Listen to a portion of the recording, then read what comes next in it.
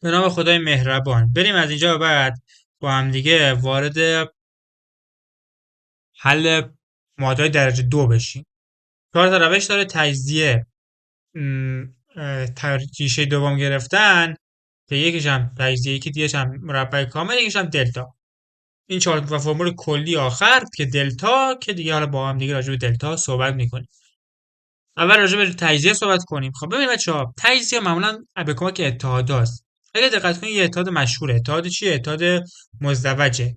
آ به توان دو منهای بی به توان. حالا اینجا آ و بی کم قول پیکرترن. آ بوده 2x، بی بوده 2 منهای x. اوکی. خب من اومدم 4x رو نوشتم 2x به توان دو، این که خودش اصلا معلومه 2 منهای x بوده. بازش کنید به صورت اتحاد مزدوج. آ منها بی، آ به علاوه بی. خیلی خوب. این عبارت شده صفر. ضرب دو عبارت صفر. یا این صفر بوده یا این صفر بوده. یعنی صورت صفر، ببخشید اینجا صورت کنه. یا عبارت اولی چپیه صفر بوده یا سمت راستیه. خب اینو باز کنید. این منهای تو این بشه میشه منهای دو بلاوی x. ساده بشه میشه 3x 2x 2 سوم. طرفین تقسیم بر 3 میشه. x میشه 2 سوم. یه لحظه 3x میشه 2 راست. حالا این میشه 2x با این میشه x میشه 2. x میشه منفی 2. x میشه منفی 2. دیگه حل کردن این معادله درجه یک رو دیگه راجعش زیاد صحبت کردیم. فقط مهم این بود که اینجا دو جاش بیشتر توضیح بدم. هدف چی بود؟ اینکه بفهمید این اتحاد مزدوجه و آ و بی رو پیدا کنید. آ این 2x هست. من براتون بهتر بود این کار رو اول بکنم. الانم انجام میدم دیر نشده. این آ، این 2 منهای x که میشه. خب حالا یه کار دیگه هم بذارین خوشگل ترش کنم. الان که که اینجا الان انگار یکم حسابم زده بالا. بذارین براتون نقاشی کنم. ببخشید.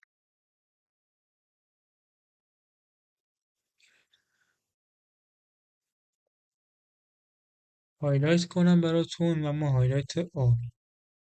این دو منهای x. حالا چیکار کردیم؟ دوباره هایلایت زرد. اینجا آ منهای بی، این دوتا آمون آ هستن. دیگه واقعا دارم حجت رو براتون تمام میکنم تو این سوال. اینم این منهای بی، این آ به علاوه بی.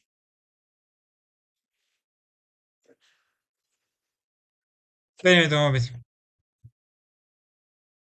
معادله درجه دو به کمک تجزیه. این سری اتحاد دیگه ای باید مد نظرتون باشه. اتحاد چی؟ اتحاد مزدوج. دو تا عدد پیدا کنید.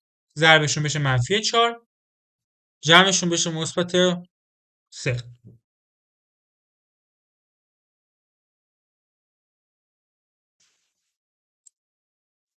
من منتظرم بگین. خودتون بگید. خب ما عدد چیه؟ مثبت 4 و منفی 1.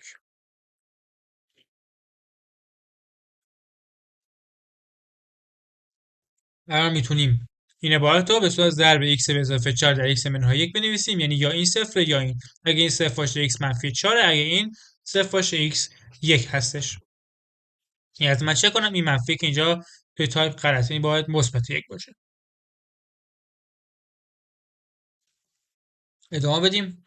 حالا گفته بازم به کمک تجزیه. خب دو تا عدد ضرب 6 جمعش منفی 5. خب منفی 2 منفی 3 دیگه. این عبارت میشه منفی 2 منفی 3 میشه ضرب این دو تا. یا این صفر یا این. اگه این صفر باشه 2، اگه این صفر باشه 3 میشه. دوباره گفته تجزیه. ببینید تجزیه دو تا قبل ضریب x2 1 بود. اما اینجا ضریب x2 دیگه 1 نیست. نمیتونید بگید دو تا عدد ضربش منفی 2 جمعش. باید چیکار کنید؟ یه روش وجود داره به نام روش AC. یعنی چی؟ یعنی بیا این ضریب x2 که ما بهش میگیم A رو بکوب توی این C که C منفی 2. پس میشه x2 ملاوی 3x منهای 18. حالا اینو میتونید دو تا عدد پیدا کنید ضربش بشه منفی 18 جمعش مثبت 3. فکر کنم 6 ستا میشه. حالا علامتش هم بهتون میگم. مثبت 6 و منفی 3. حالا ضرب این تا شده 0. x میشه اگه این صفر باشه x منفی 6، اگه این صفر باشه x میشه 3. حالا چیزی که وجود داره اینجا، شما همه میگن جواب x منفی 6 و منفی 3 تمام، اما جواب تمام نیست. شما این دو تا ریشه این معادله است. اما طراح ریشه این معادله اصلیه را از شما میخواد. چیکار کنید؟ همین نوعی که ضرب کردین ریشه رو تقسیم بر همین ضریبه کنید. یعنی منهای 6 هم تقسیم بر 9 کنید، 3 هم تقسیم بر 9 کنید. منهای 6 تقسیم بر 9 میشه منهای 2/3. این 3 هم تقسیم بر 9 کنید میشه 1/3. دقت کنید منم که با این مثال که دارم کار میکنم فراموش میکنم که بیام آخر اینا رو تقسیم بر این عدد کنم، ضریب کنم. اینجا 9 حالا ضریب و جوابا رو میگم همین دو تاست و متاسفانه این اشتباهه. و اینم به خاطر اون عجله و فراموشی میگم، چیزی هست که من خودم با اینم تجربه اینم اشتباهو میکنم دیگه. از شما انتظارم میره که این کارو کنید. خواستم گوشزد کنم این نکته رو بگم که آقا احتمال اشتباه یا فراموش کردن این دو تا ریشه‌های اصلی رو پیدا کردن زیاده. خب ادامه بدیم. حالا بریم سراغ حل معادله با ریشه دوم گرفتن. الان اینجا ببینید x2 به اضافه 12 شده 3. 12 رو بیار x2 بشه اون ور منهای 12 با این جمع بشه -9. عددی پیدا کنید در دنیا که به توان 2 برسه بشه -9. یادتون باشه چند موقعی که داشتیم روزای قبل اون تمرین جمع مساحت اون مربع و مثلث، مربع و دایره رو با هم حساب می‌کردیم بود x2 مساوی با 4. حالا اون که جواب داشت. حالا x2 شده -9. دو تا عدد پیدا کنید در دنیا که توان دوش برسه بشه. دو تا عدد یه عدد پیدا کنید، نمیخواد دو تا پیدا کنید، توان دوش بشه -9. خب همین عددی وجود نداره، برای همین معادل ریشه حقیقی نداره. حالا بریم مورد بعدی. چیکار کنیم؟ 8 رو بیاریم اینور بشه x2 بشه 8. x2 بشه 8. طرفین تقسیم بر 2 کنیم. x2 شده 4. آها، همون معادله‌ای که اون روز داشتیم. حالا چی شد؟ x شد مثبت منفی 4 2 ببخشید. x شد مثبت منفی 2. بهش میگن ریشه، به اصطلاح ریشه دوم گرفتن. از این ورم ریشه دوم میگیرید، از این ورم ریشه دوم میگیرید. خب ادامه بدیم. روش بعدی روش مربع کامل. روش طولانی اما خب معمولا تو امتحانات نوبت اول حداقل میتونم بگم استادا بهش پرابال میدن و براشون اهمیت داره. ببینید از ضریب x2 باید فاکتور بگیریم در قدم اول. خب گوش کنید، شاید مهمترین مبحث همینجا باشه و تمام کنیم بره. یعنی دو تا مربع کامل با هم حل کنیم و بریم سراغ دلتا و روشی که دیگه کلیه و همه معادله‌ها باهاش حل میشه. ببینید اگه ضریب x2 1 بود که دیگه از یک فاکتور بگیرید عملا معنی نمیده، اما ضریب x2 یه 2 یه یک نیست. از این ضریب x2 یه فاکتور بگیرید میشه x2 منهای 3x منهای 1 2.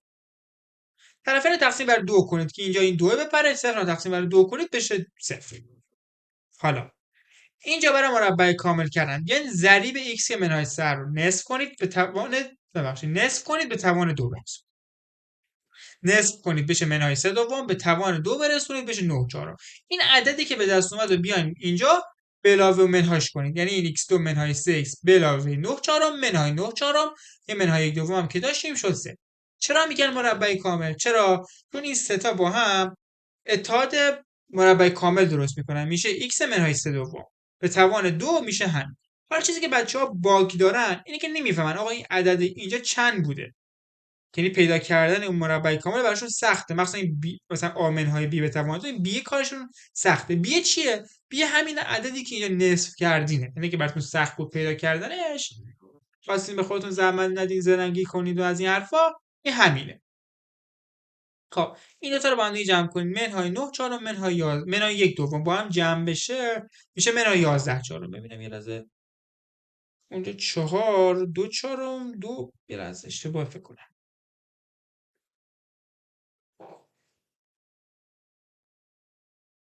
درست.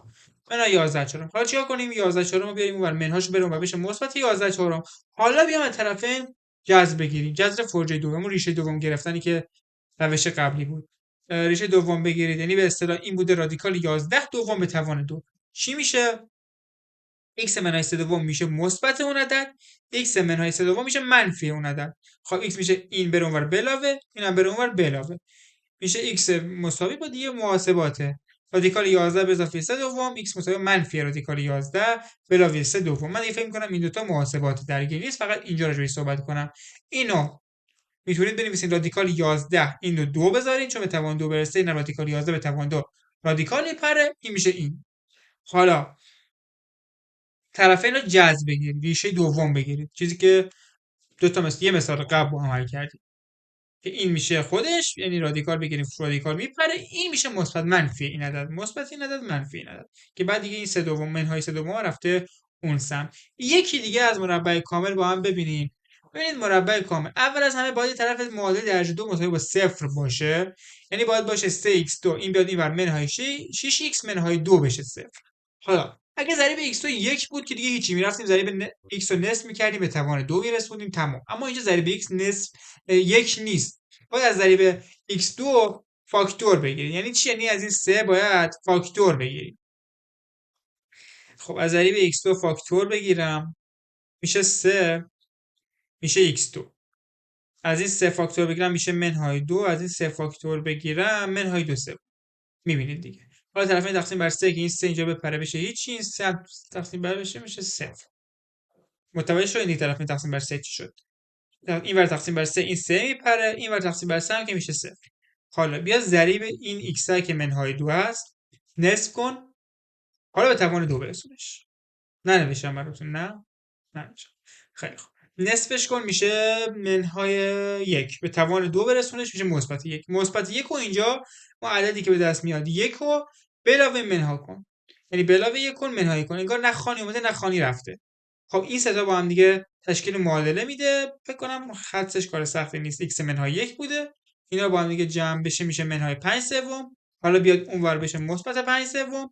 حالا این بوده رادیکال 5 به روی رادیکال 3 2 به توان 2 که رادیکالا میپره به توان 2 برسونید همین میشه. حالا طرف ریشه دوم بگیرید این میشه برابر با مثبت یه بار این، یه بارم این x منهای 1 برابر میشه با منفی رادیکال این. اینجا یه منفی میخواسته، اینجا یه منفی، اینجا رو گذاشتیم منفی، اما اینجا توی تایپ یه منفی میخواد و دیگه آخرم این یکا رفته اونور. حالا بریم با هم دیگه ادامه بدیم. روش فرمول کلی. فرمول کلی چیه؟ دلتا. اما دلتا فرمول کلیش هست B2 منهای 4 AC. حالا B چیه؟ A چیه؟ C چیه؟ ببینید A ضریب این x هست، B ضریب این x هست و C هم این عدد ثابته. پس A1 B رادیکال 3 و C هم منفی 1. حالا B2 منهای 4 AC جای گذاری کنید. B2 منهای 4 AC این منفی که هم Cه که این میشه 3 من به علاوه 4 7. پس دلتا شد 7.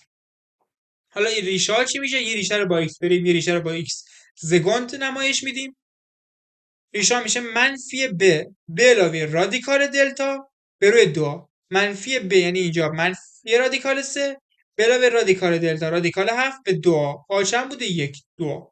حالا اینجا بوده منهای b منهای رادیکال، اینجا به علاوه بوده، فرقش فقط همینه به 2. پس میشه منهای رادیکال 3 منهای رادیکال 7 به 2. 2 هم که a1 بس میشه 2. پس ریشه های معادله شد این دوتا. یکی دیگه حل کنیم ببینیم آ چنده. آ ضریب x t2 میشه اینجا 1 سوم، ضریب t میشه منهای 1 دوم، عدد ثابت منهای 3 دوم. b2 منهای 4 آ3 اینجا b منهای 1 دوم، آ میشه 1 سوم، c هم میشه منهای 3 دوم. این به توان 2 برسه میشه 1 چهارم، این میشه 2 با هم جمع بشه میشه 9 چهارم. حالا ریشه t و t پریم میشه منفی b به علاوه رادیکال 2 به روی 2a. اینجا هم که این، حالا این منفی b میشه به علاوه 1 دوم اینجا سر جاش رادیکال دلتا 9 چهارم رادیکال داره، جذر دقیق داره، این میشه جذرش 3 این جذرش میشه 2 پس میشه 3 دوم به 2 آشنگ بوده 1 سوم به 2 تا 1 سوم که 2 سوم 2 به روی 2 سوم میشه 3. اینجا منهای b میشه 1 دوم منهای رادیکال دلتا منهای 3 دوم به 2 که میشه 2 سوم. این که با هم جمع بشه منهای 1 به روی 2 سوم میشه منهای 3 دوم. و در آخرم که انشالله هر کجا که هستید پر انرژی و با حال خوب باشید.